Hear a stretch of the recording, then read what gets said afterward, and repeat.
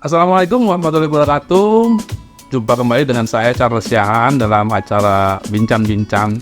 Saat ini saya berada di rumah Wakil Ketua DPRD Pak Sigit Wibowo dan juga Ketua DPW Partai Amanat Nasional Kalimantan Timur.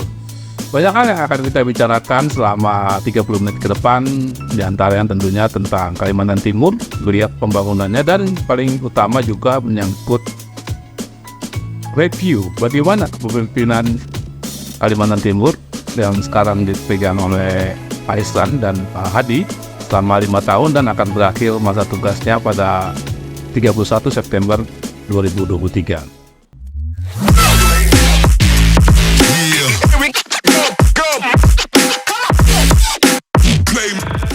Pak, selamat siang Pak Sigit. Selamat siang Pak Charles, panggilan Pak Ucok. Ini ya, saya mengenal Pak Sigit ini bukan baru sekarang. Saya mengenalnya itu ketika 20 atau 25 tahun silam, ketika beliau itu masih sebagai aktivis lingkungan. Mungkin jarang yang tahu itu, bahwa beliau adalah seorang aktivis lingkungan yang pernah di WALHI, Wahana Lingkungan Hidup, dan satu lagi di Jari, dulu kantor ada di Jalan Makisa. Saya bersama-sama beliau sering membahas persoalan-persoalan Kalimantan Timur saat itu. Nah, pertanyaan saya saat ini adalah, setelah Pak Sigit itu menjadi politisi, dulu kan kita kebas ya, bicara mengkritisi zaman Soeharto ya, Mas ya, zaman Soeharto kita keras sekali mengkritisi tentang masalah-masalah Kalimantan Timur saat itu. Update tidak sekarang setelah Pak Sigit masuk ke dalam dunia politik dan sekarang menjadi Wakil Ketua DPRD Kalimantan Timur. Silakan Pak. Oke, baik, terima kasih Bang Ucok, panggilannya Bang Ucok ya. Senior saya ini, sebenarnya Bang Ucok ini bukan hanya ketemu waktu saya di WALHI, mungkin saya waktu itu masih siswa 98 ya. Masih 98. Ya artinya dari kampus sudah kenal lah kita kan, dari kampus lah. Sebenarnya aktivitas, ini kan pertanyaannya aktivitas kemarin-kemarin di LSM begitu kan. Kemudian saya sempat ada usaha kecil-kecilan, kemudian bergabung di Partai Amanat Nasional tahun sekitar 2007 kan. Nah 2007 saya bergabung di Partai Amanat Nasional. Tapi memang dari dulu sudah sudah melihat bahwa Partai Amanat Nasional ini kayaknya bisa jadi jalan, maksudnya jadi perahu untuk memperjuangkan masyarakat Kalimantan Timur begitu. Karena di era reformasi itulah semuanya bisa terbuka itu dalam artian tidak memandang siapapun, dia bisa berkiprah di manapun.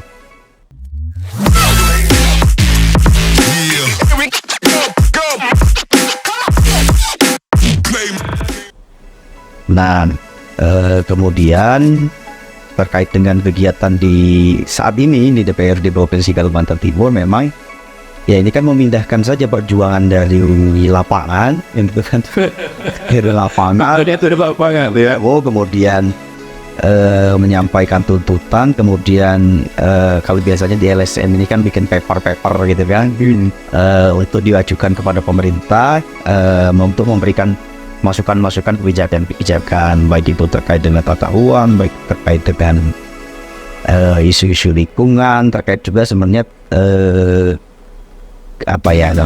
akuntabilitas pembangunan, ya itu kan dulu fokusnya jaringan independen masyarakat sipil untuk transparansi dan akuntabilitas pembangunan. Nah, saat ini pun pemerintah sudah berkembang, saya pikir lebih maju itu begini, karena data itu sudah terbuka di program-program melalui online. Nah, ada perbedaan yang sangat mencolok ketika berjuang di lapangan dulu buat LSM pada pemerintah, karena saat itu pemerintahannya sedang dalam tanda kutip bahwa memang masih sangat tertutup. Ya, tertutup, betul. Nah, jadi ada perbedaan yang signifikan, yaitu saat ini masyarakat bebas bicara apa aja ya, bebas bicara apa aja, mau mereka kantor gubernur demo, mau ke sini, baik itu di tingkat nasional juga di Jakarta sama gitu. Saking terbukanya, artinya sampai sekarang Presiden Jokowi pun kalau dulu kan terkait dengan penistaan Kita atau jahat itu kan. Nah sekarang ini presiden aja dihina-hina aja. maksudnya cuek-cuek itu ya. Maksudnya itu kok Pak Jokowi juga pakai terus sebenarnya kan. Tapi di era saat ini tidak ada yang langsung ada sesuatu kemudian langsung dicokok kemudian ditangkap. Kalau dulu kan waduh keras betul itu kan. Ya kita ngalamin lah bagaimana teman-teman dulu demo kemudian ditangkap ya gitu-gitu kan di FM kan. Iya. Nah, sampai di 98 ada penculikan juga. Nah di era sekarang ini ya lebih sedikit, maksudnya bukan sedikit, maksudnya lebih maju, kemudian keterbukaan dan kemudian masyarakat juga bisa bicara apa segala macam. Nah sekarang tinggal bagaimana memformulasikan era sekarang ini menjadi lebih produktif gitu, lebih produktif itu dalam pembangunan tentu saja. Ya itu. Nah kalau dulu perannya seperti itu, kemudian sekarang masuk di DPRD provinsi tentu saja ya akan lebih karena bersinggungan langsung dengan pemerintah kan. Iya. Jadi program apa segala macam, kemudian masyarakat mengeluh, kita bisa langsung suarakan, kemudian kita bersama-sama dengan pemerintah melakukan apa yang dimau oleh masyarakat. Ya.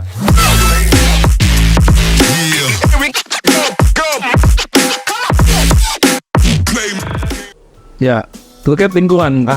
Kita tahu lingkungan kan dulu memang juga sama. Artinya dulu kita kalau bicara yang lalu, Pak bisa bicara tentang hutan yang terdegradasi.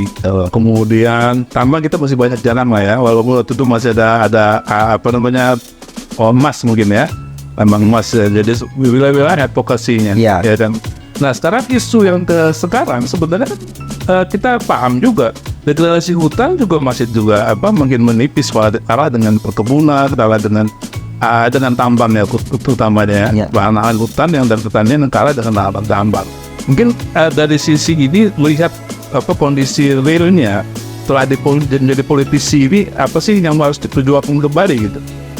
Iya kan sebenarnya begini Pak Mojo,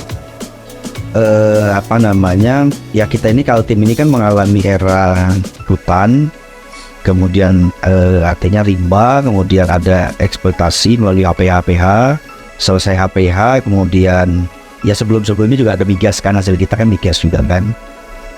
Kemudian masuk di era pertambangan batubara. Ya artinya ini kan galian-galian ini kan open pit semua kan, emas, kemudian di PT Ken, kemudian batu bara. Nah masuk di era sekarang mulai perkebunan. Nah perkebunan ini memang lebih masif lagi karena perkebunan sawit gitu kan, yang kita ketahui bersama bahwa yang namanya sawit ini sangat butuh asupan air, kemudian termasuk juga asupan mineral gitu kan untuk pertumbuhan sawit tersebut. Nah, artinya pertanian tanaman pangan kita ini yang memang mestinya itu menjadi target pokok kita kan, pertanian dalam arti luas. Nah artinya pangannya apa segala macam ini kelihatan memang jomplang dari perkebunannya udah luar biasa di Kalimantan itu. Perkebunannya terutama di sawit ya. Sawit itu cukup luar biasa, bukan hanya di Kalimantan Timur tapi seluruh Indonesia.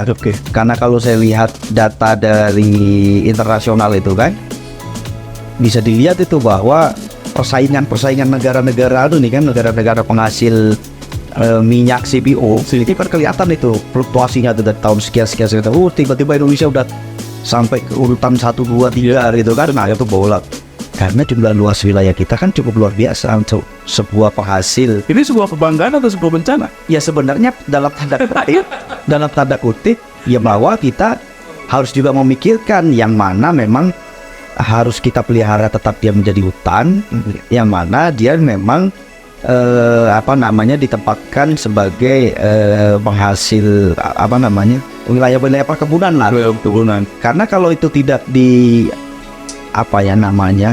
tidak disiapkan dari sekarang, ya nanti ke depannya kita tidak tahu lagi, karena Kalimantan ini kan paru-paru dunia. Jangan.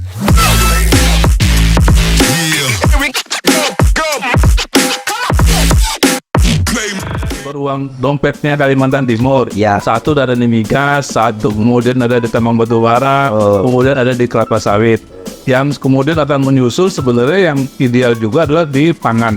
Ya. Sektor pangan ya. Tetapi sektor pangan selalu terdesak oleh kebutuhan yang dua memakan lahan ini adalah sawit dan batu bara. Betul. Nah, sebenarnya konsep apa Kalimantan Timur menurut pandangan Pak Sigit itu harusnya di mana? Karena kita ini sudah dekat IKN, ya kan, yang harus memakanin, harus Memenuhi kebutuhan pangan kan. pangan. Dan kita sendiri, kita paham lah ya, mungkin dari 30 tahun yang silam kita selalu ngomong, kok beras kita masih dari Surabaya, dari Sulawesi.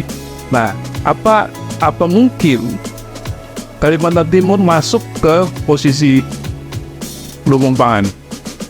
Ya seharusnya kalau program-program pemerintah provinsi memang kan yang utama itu kan sebenarnya pangan dalam arti luas. Itu pasti jadi program utama itu, program utama. Bidarnya kecil. Ya cuma memang sebenarnya kecil gitu kan. Karena kita sudah dipatok bagaimana peningkatan sumber daya manusia melalui dana pendidikan, pendidikan kesehatan. Ya memang itu yang dibutuhkan. Tetapi kan sebenarnya begini. Terkait dengan pangan lah ya, pangan ini tidak bisa lagi kita mengelolanya secara tradisional. Kalau tradisional kita pasti nggak jalan, karena siapa sih yang mau bekerja untuk pertanian? Coba kita lihat sekarang ini, orang pertanian banyak juga yang tidak kembali ke pertanian, begitu kan?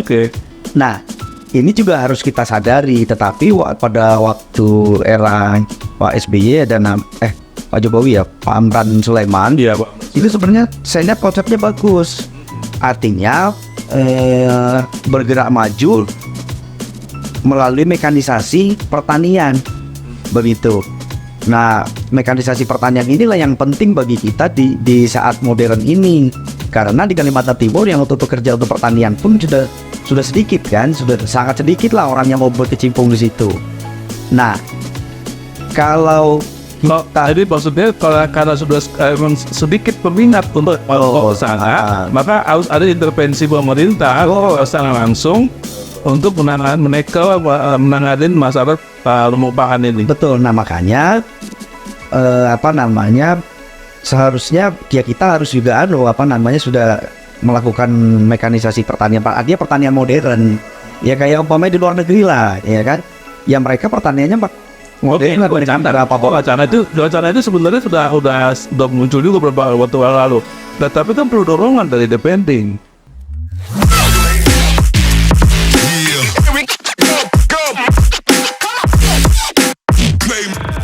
Terus terang kita ngomongin food estate. Ya benar. Sekarang food estate itu kan dibangun tuh, bahkan Pak LDP Luhut Binsar Panjaitan bisa bangun di Kalimantan Tengah kabar ya, itu sangat besar sekali. Ya. Tapi dalam tahap realisasi, dieksekusi, tapi tidak juga sampai sekarang tidak.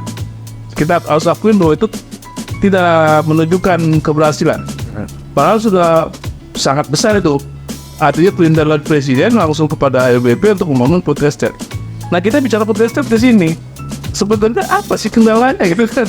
Kalau mau apalagi ya yang besar itu kendala. Kalau saya lihat pemerintah ini sebenarnya kan membuka peluang saja gitu kan. Kalau ada investor atau industri terkait dengan minat terkait dengan food estate tersebut gitu kan. Contohnya saja di Karyango di Balikpapan ya kan, tapi itu sudah industri hilir sebenarnya. Belum maksudnya di hulunya belum ada. Nah sekarang ini yang minat untuk di hulunya inilah yang kita cari gitu kan.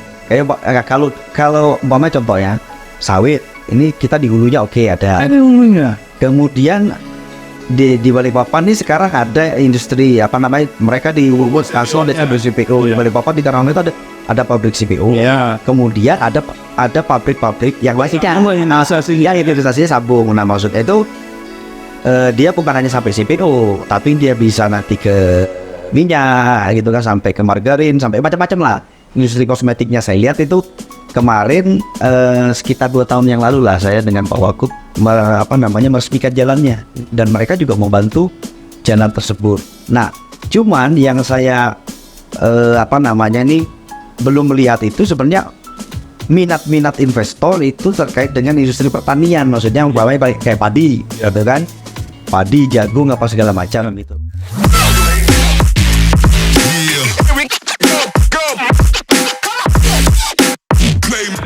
Perasaan saya melalui BPTSP itu, ya artinya kalau dari investor yang terkait dengan itu kayaknya kurang yang lain ya Mas.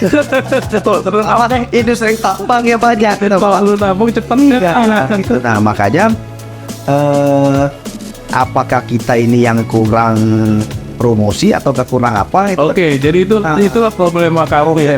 Itu problema kami bahwa di sektor food estate yang menjadi kebutuhan kita sehari-hari, kebutuhan perut kita dan perut tetangga-tetangga kita di daerah Kalimantan, itu memang sulit menjaring investornya.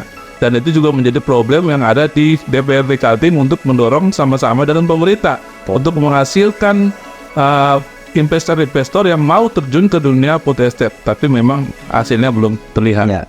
Ini tak tambahkan. Jadi sebenarnya kalau dari pemerintah pun supporting itu sudah, bayangkan saja sampai pupuk aja kita bantu ke masyarakat gitu kan, dari bibit, pupuk, apa segala macam lah, baik itu pemerintah melalui program Sangat besar upayanya. Sangat besar upayanya. Juga Sampai DPR pun itu melalui reses-reses itu memasukkan program tersebut. Ya, karena hendak benar gitu ya, supaya ini bangkit kembali. Nah kemudian itu baru sisi pertanian, belum lagi sisi perikanan. Nah kalau upayanya teman-teman pemerintah dan DPR itu cukup luar biasa, bantuan mesin kapal, bantuan macam-macam pokoknya. Itu bantuan pokoknya diarahkan, tapi kada bangkit juga. Nah kita ini kan yang yang berkiprah di situ ini kan masih tataran menengah ke bawah. Kalau orang-orang di luar negeri ini kan sudah orang yang memang bisnisnya di situ gitu kan, bisnisnya di situ, bawahnya kapalnya udah besar gitu kan, kemudian dengan kapasitas mesinnya besar, sampailah dia jauh kan Karena kalau bedanya di petani-petani kita di luar negeri, bahwa di Australia, di Amerika, mereka sudah memiliki armadanya sendiri, sampai ke hilirnya mereka langsung menggarap itu kan. Dan sebenarnya itu bisa dilakukan juga di Indonesia. Bisa, cuma memang belum terjadi. Nah sekarang tinggal minat pengusaha-pengusahanya, investornya. Kalau umpamanya dia berminat, ya bisa saja dia menyiapkan modal, menyiapkan sistem, semuanya lah ya, maksudnya tenaga kerja apa segala macamnya. Mereka mencari ikan gitu sampai ke mana-mana lah gitu kan. Karena ini kan lebih lebih jauh, tentu saja kan armadanya juga akan lebih bagus sekali. Kita kan sering tuh lihat di YouTube tuh ya kan, penelayan di luar negeri itu kan sudah punya kapal ngajarin ikan, tuna langsung diolah jadi sate cing, keluarnya dulu udah kaleng-kaleng kan gitu, dan kita belum bisa. Betul. Nah, padahal potensial itu sangat luar biasa. Betul. Nah kita kalau kita ini kan masalahnya kayak umpamanya kapalnya memang sebatas itu, masih ada bantuan dari pemerintah pusat saya pernah dengar, tapi tidak sesuai dengan kebutuhan masyarakat yang dari perikanan kelautan, Kementerian Perikanan Kelautan. Nah di luar negeri itu canggihnya apa? Mereka itu pakai kapal-kapal rakyat, mereka mengelabui, tapi di belakang ini besar. Kapal besar. Nah ini set ambil masuk ke belakang, set ambil masuk ke belakang. Di situ ada juga kayak gitu sini, tapi batu bara. Kalau itu lain, itu koridoran itu. Nah artinya apa sebenarnya? Kalau kita mau peningkatan pangan dari sisi yang pertanian, kemudian perikanan, kelautan, itu cukup luar biasa sebenarnya. Nah tinggal sekarang kita mau nggak, kalau semuanya ini maunya pemerintah kan repot juga gitu kan. Nah makanya penduduk Indonesia ini ya mungkin lambat laun akan mengalami peningkatan. Artinya baik itu SDM-nya maupun dari sisi keuangannya. Nah kalau dari sisi SDM tentu saja ya artinya banyak wirausahawan gitu kan. Karena wirausahawan juga pasti juga menggunakan bantuan dari dana bank gitu kan. Nah tinggal ini mengelola Ya, kan. jadi memang ini sangat terpadu ya. Betul. Terpadu bahwa harus ada bank, Betul. harus ada yang lainnya. Ya pengusaha besar pun semuanya pasti ke bank Iya. gitu kan.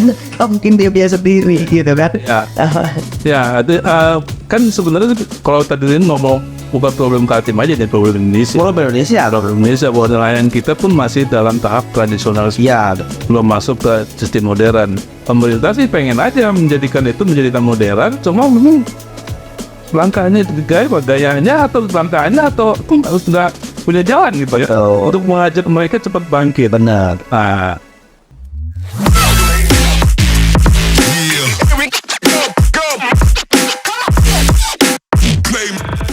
saya kira memang itu menarik dua hal tadi soal pertanian Pak Regit. Nah, kita sekarang mungkin masuk ke materi yang lain. Ya, Tentunya sebagai politisi kan sekarang sudah melihat bahwa Pak Isran dan Pak Hadi akan berakhir masa periodenya, yaitu tanggal 31 September ya 30 September dan kita 1 Oktober lah, akan berakhir masa 5 tahun ya. kepemimpinannya. Tentu kita sebagai politisi yang bersama-sama terus menerus dari awal kan dulu mengusung tentu akan melihat perjalanan itu bersama-sama apa yang sudah dilakukan oleh Pak Gubernur dengan wakilnya selama 5 tahun ini. Itu kan pertama ya tentu itu paling kan sering muncul di publik lah. Kita ingin jawab juga bahwa sentuh di publik bahwa apa sih sudah yang dilakukan Pak Isran dibandingkan lah dengan jam-jaman yang lalu. Zaman lalu tuh udah Pak Awan Paruk, ya kan, contoh panu ya, besar-besar dan megah semuanya. Ya kayak kira-kira begitu. Walaupun sebenarnya banyak juga yang kacau. Sorry, enggak maksudnya ini aja kritik. Itu kan nembakku coknya kan. Dari media kan nggak menilai kan. Ya contohnya Pak gitu ya, panahan terus apa namanya gedung-gedung yang terhambur tapi tidak karuan. Contohnya itulah yang lalu kan. Artinya zaman Pak Isran ini selama 5 tahun tentu ada yang sebenarnya ada spesial, menarik dan mungkin sangat booming. Silakan Pak. Ya jadi sebenarnya setiap kepemimpinan ini kan ada plus minus gitu kan. Plusnya Pak Awang ini kalau menurut saya, versi saya gitu kan, artinya pancingan-pancingan supaya pemerintah pusat ini memberikan dananya ke kita atau mereka menjadi punya tanggung jawab strateginya. Budgeting. Nah, strategi ya contoh saja dipancing dengan duit APBD untuk bikin tol, untuk bikin bandara gitu kan, kita akan maju-maju nih. Kalau Kita jalan cuma 2,5 jam, 3 jam ya, begitu terus. Nah artinya kita yang menikmati sekarang begitu. Nah ini sisi plusnya. Jadi tol, kemudian jembatan, ini kan eranya Pak Awan Paruk. Jadi itu saya menilai itu bahwa itu bagus. Nah kemudian bahkan saya strategis saja. iya strategis, karena ketika tol ini tidak selesai, pemerintah pusat mau tidak mau turun tangan akhirnya. Nah, ini harus diselesaikan. Kemudian bandara, oke lah udah jadi. Pak Presiden Jokowi kan akhirnya meresmikan, karena dilihatnya ini potensial apa segala macam. Begini pancingan, nah, akhirnya apa?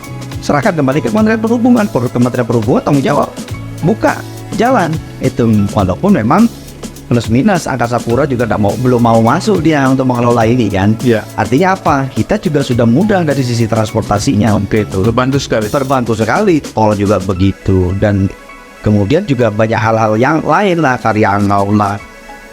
Kemudian pelabuhan Karyangau, kemudian yang di Kutai Timur dia. pelabuhan yang di Kutai Timur. Nah, perdanya pun sudah kita okekan, sudah kita sahkan kan. Nah, tinggal sebenarnya karena itu ada hubungannya KIK ya. Ya, baik. Karena itu ada hubungannya dengan pemerintah pusat, artinya tinggal bagaimana di pemerintah pusat untuk menindaklanjutinya begitu. Nah, kemudian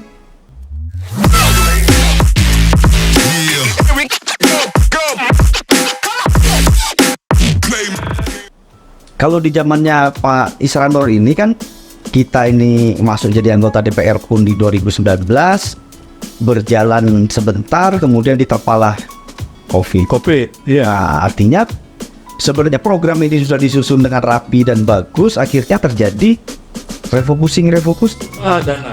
Nah, akhirnya apa?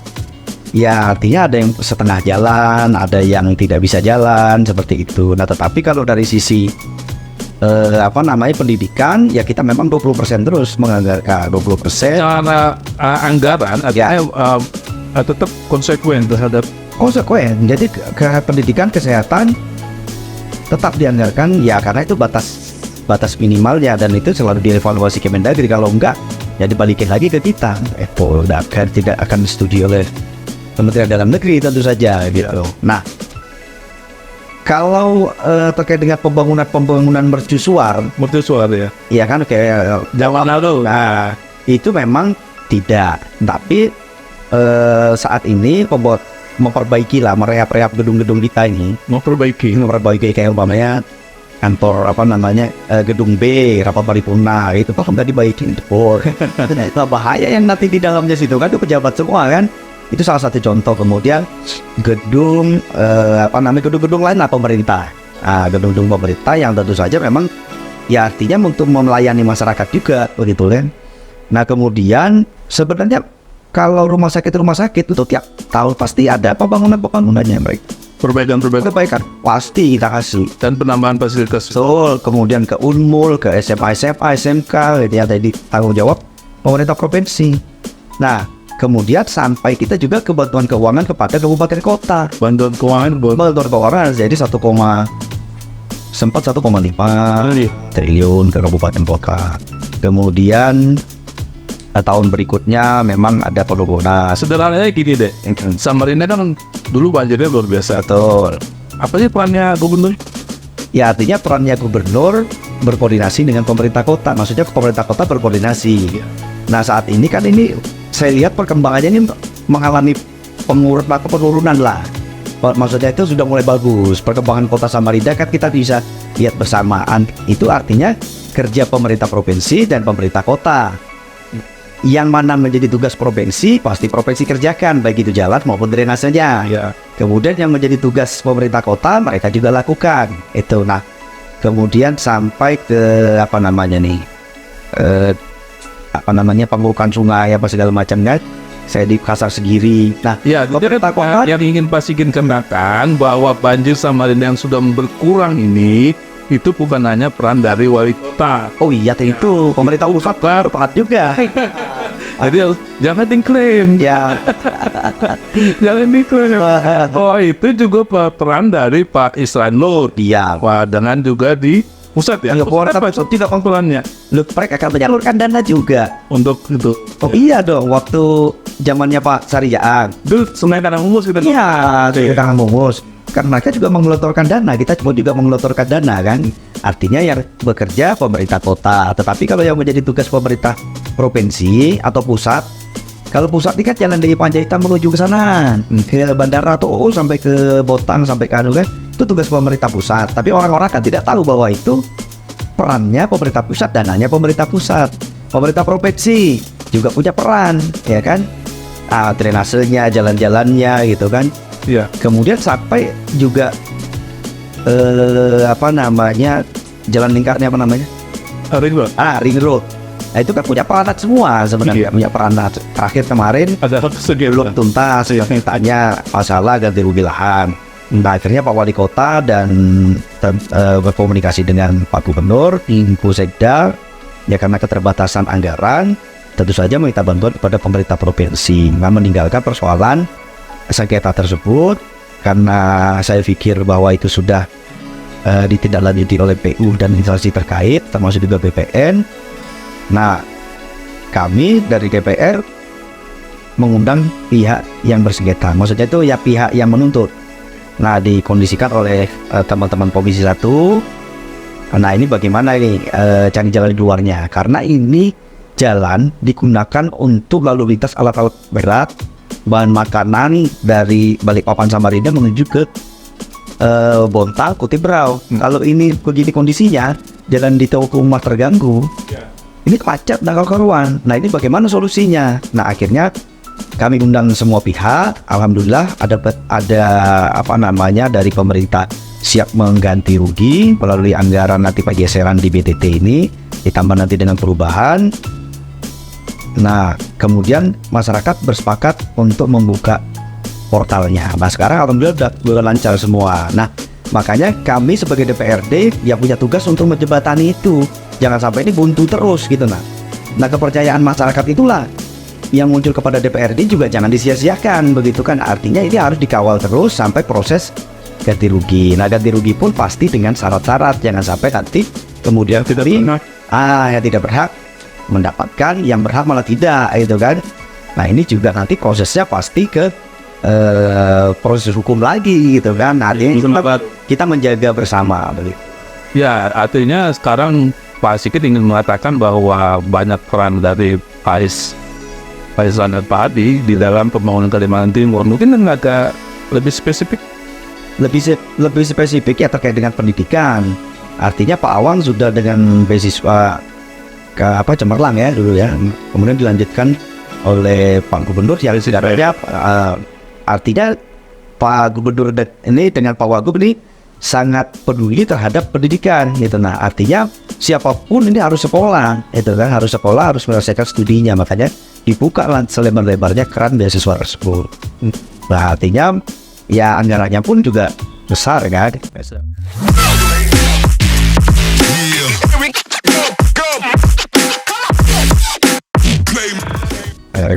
Pak Sigit mengamati kan sebenarnya kok pejabat kita sekarang banyak popularitas itu dan termasuk sekdet perempuan.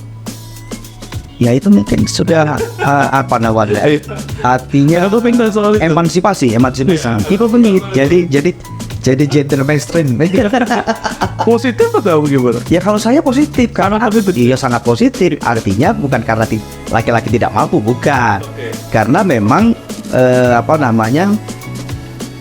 teman-teman ini ya, teman-teman perempuan ini ya artinya Anda setuju dong beberapa Pak Isran soal gender ini ya? Ya artinya kalau memang berkompeten ya artinya harus diberikan, harus digugur. Iya harus di. Coba kita sebut nanti. Satu sekda, kemudian dispenda. Nggak usah jauh-jauh sekwan. Sekwan. Ibu Nur Hayati. Ya. Kemudian tadi dispenda. Ya. Apa lagi? Pertanian. Bu Yana pertanian. Dan terus Kepala Biro Pemerintahan BPUD Bu Yanti. Ya. Terus apa lagi ya? Artinya memang sangat banyak. Sangat banyak. Saat ini ya kan. Ya. Itu sangat luar biasa sebenarnya. Luar biasa. Itu dia positif juga dibawa oleh Pak Isran dan Adi. Iya, artinya saya tidak tahu apakah ini Pak Isran ini sengaja ataukah memang ya sesuai kompetensinya gitu kan, sesuai kompetensinya begitu. Ya karena kan memang ya kita tidak bisa menutup diri juga bahwa semua ini kalau memang dikerjakan dengan sungguh-sungguh ya kan, artinya kapasitas ya kan, kapabilitas apa segala macamnya ini kan sama sebenarnya. Nah, dan itu jadi dilakukan yang lalu. Iya. Dan sekarang kelihatan. Artinya dari kami juga kelompok-kelompok prianya ini juga tidak iri. Artinya kepala bagus gitu. Kepala bagus. Pemerintahan ini juga dibangun oleh perempuan-perempuan. Artinya perempuan berdaya. Oke. Jadi soal politik Pak. Ciumnya baunya.